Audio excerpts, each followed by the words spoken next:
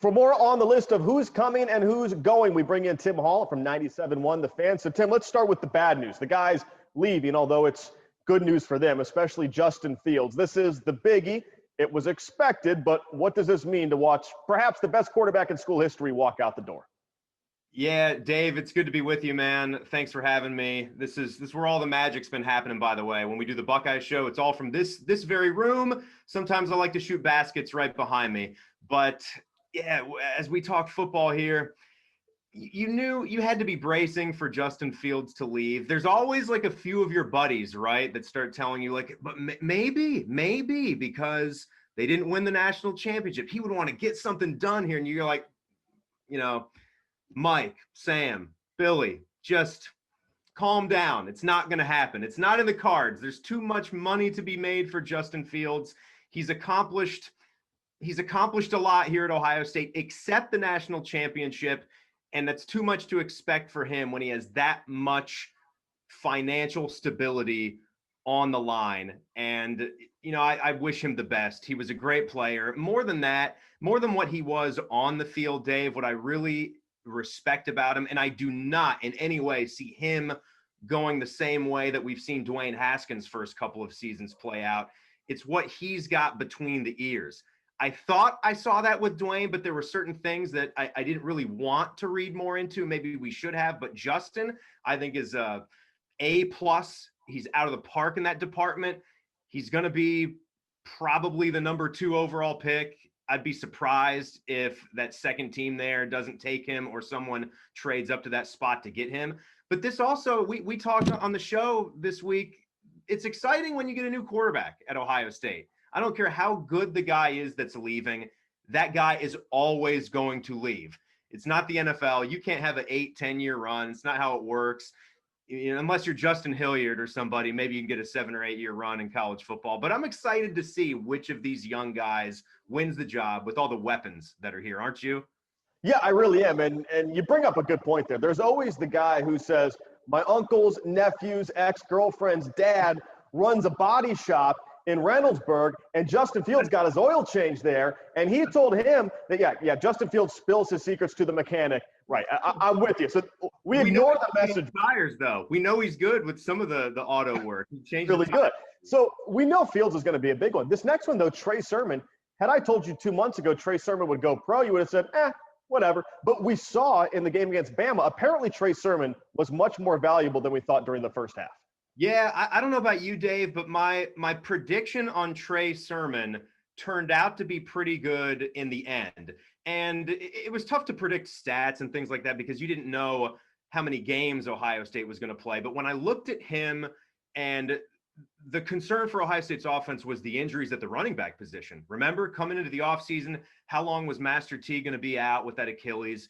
And we need to keep in mind that, too, when we analyze Master Teague and what he did this year, putting him, that far below Trey Sermon, racing back from an injury like that. Credit to him for doing what he was able to do. But Trey, yes, we all saw what he did. I mean, the guy broke flipping Eddie George's single game record. He was here for like 2 minutes. But what he was at Oklahoma, he was a playmaking back, and he just got caught behind a Kennedy Brooks. There were some really, really good players there at Oklahoma. It's a Lincoln Riley offense. It's to be expected. He scored his first touchdown in his career against Ohio State. I thought he could have been a bell cow 1,500 total yard type of playmaker with a full 12-game season if we were going on that scale, between rushing and receiving, what that guy can do in both facets of the game. But have you ever seen a guy just create an NFL draft stock like that in just a trio of games? He did it. Best of luck to him as well. I wish we would have another season with Trey Sermon because he didn't even feel like the powerful back, but man, did he turn in some angry runs late in the season, just rush after rush, game after game. It was beautiful to watch. He's going to be great in the next level. Yeah, and I think the Buckeye running back room will be good. Travion Henderson's going to come in, maybe have a J.K. Dobbins-like effect as a freshman. We'll wait and see. The one that I think is very interesting is Shaun Wade, Tim, because a year ago people thought he's crazy for coming back. Now people are trying to say he's crazy for leaving. I've never seen anything like this. What do you make of Shaun Wade's decision to go pro? Yeah, that was the one.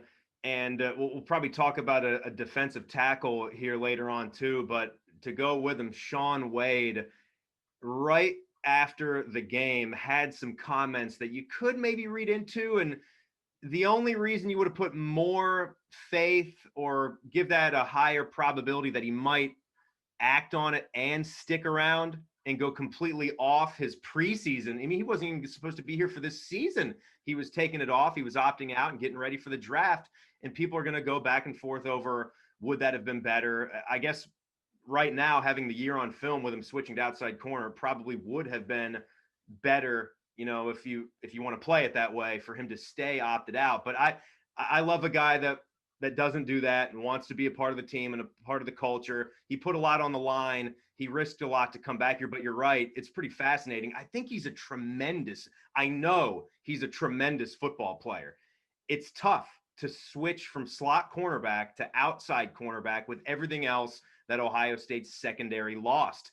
And he was getting feasted on a little bit here. Jahan Dotson at Penn State had his way. Freifogel for Indiana had his way. Cornell for Clemson, and then of course Devontae Smith had his way with whoever was on the field there for Ohio State. But I don't know. I don't see first round right now as an outside corner. Maybe a switch is in order, if not more development at least, to play that position for Shaun. Well, you mentioned defensive tackle. If you want to produce the show, Tim, I'll let you produce the show. Let's go to Tommy Togiai. Yeah. Okay, there's a summer romance, right? You go to summer camp, you have a crush, it's going to be over soon, and it doesn't break your heart. This one, though, to me, of all the early enrollees, this one I think was the one that got me the most, because we weren't sure if he would leave. And again, we saw in the Alabama game how much of a difference he makes. Yeah, you're right. And Shaun had already put enough time into the program too. He wasn't a 3-year guy. So that's the difference.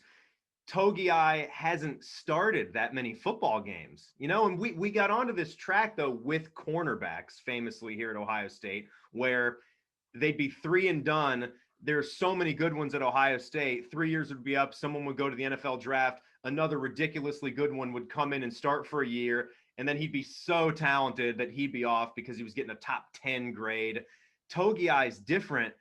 It's cool to see, though, Ohio State's kind of making a mark now for producing interior defensive linemen. We've had the edge rushers with the Boses and with Chase Young.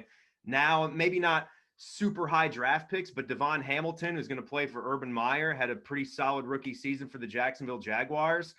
Things didn't work out for our buddy Michael Bennett. That was just injuries, who is the former All-American here, who was with Jacksonville as well. But Togiai is so ridiculously strong. I've had my eye on him for a couple years, just waiting for him to start. We only got to see one shortened season of it, but he had that 3-sack game. You can go online and find articles. I can't remember if he's from Pocatello, Idaho, or one of the cities in Idaho.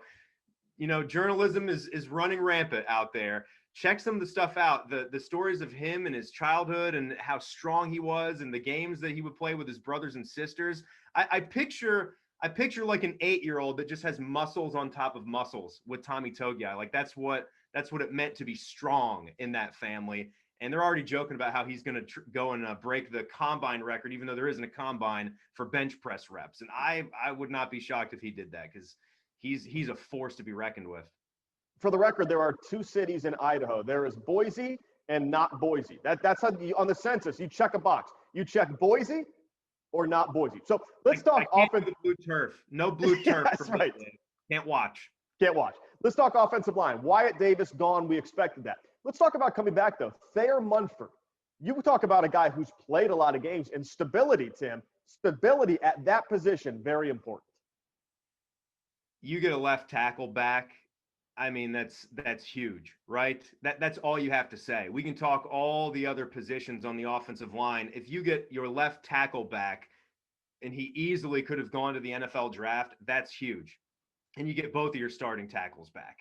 And there's some other guys here. I loved, even though there was a reporter for 11 Warriors, Colin Haas-Hill, put this out there trying to project the depth chart, and he put one of the Jones names as a projected guard, and DeJuan Jones, who might be the biggest human to ever. He's like Thanos. Like he just imagine him playing basketball too, and he did that in high school.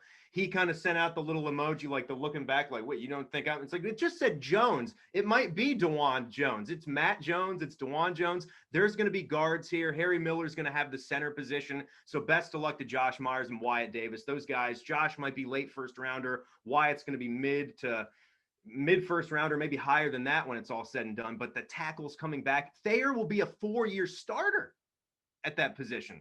That's incredible. Yeah, which is unheard of. Another guy who started a lot of games and we didn't think would come back is Chris Olave.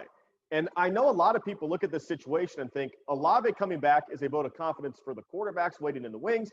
What do you make of Olave's decision, which from a business sense, he's betting on himself and betting on his new quarterbacks in a way? Yeah, I also saw a take out there about Bama's Devontae Smith and how it's similar to what was going on with him, where he could have been a first-round pick. This isn't the first time we've ever seen it. It's cool, though, when you see guys like this. They're betting on themselves to do even better than what their draft stock would have been. That's cool to see.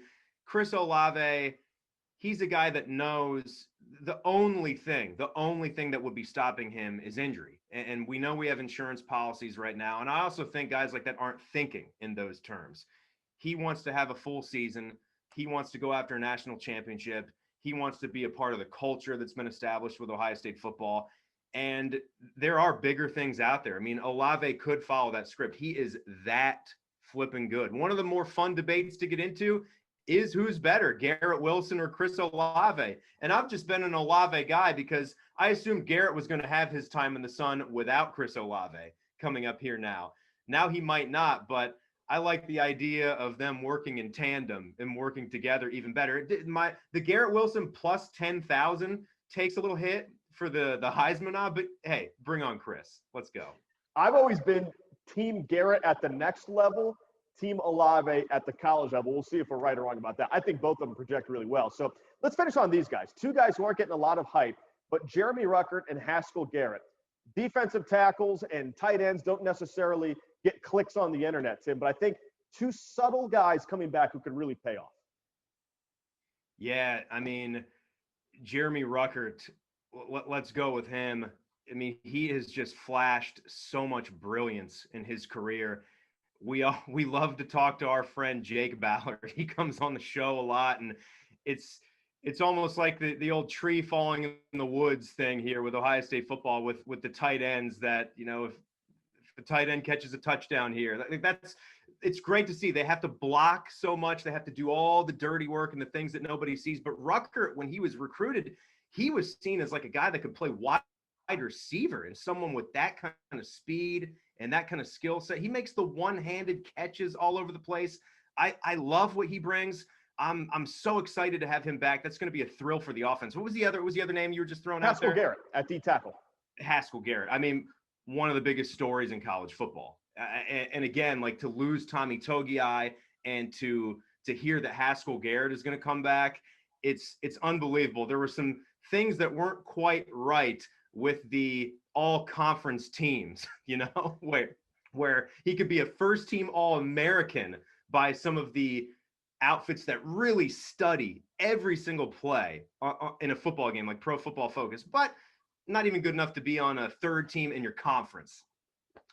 This is great that Haskell's returning.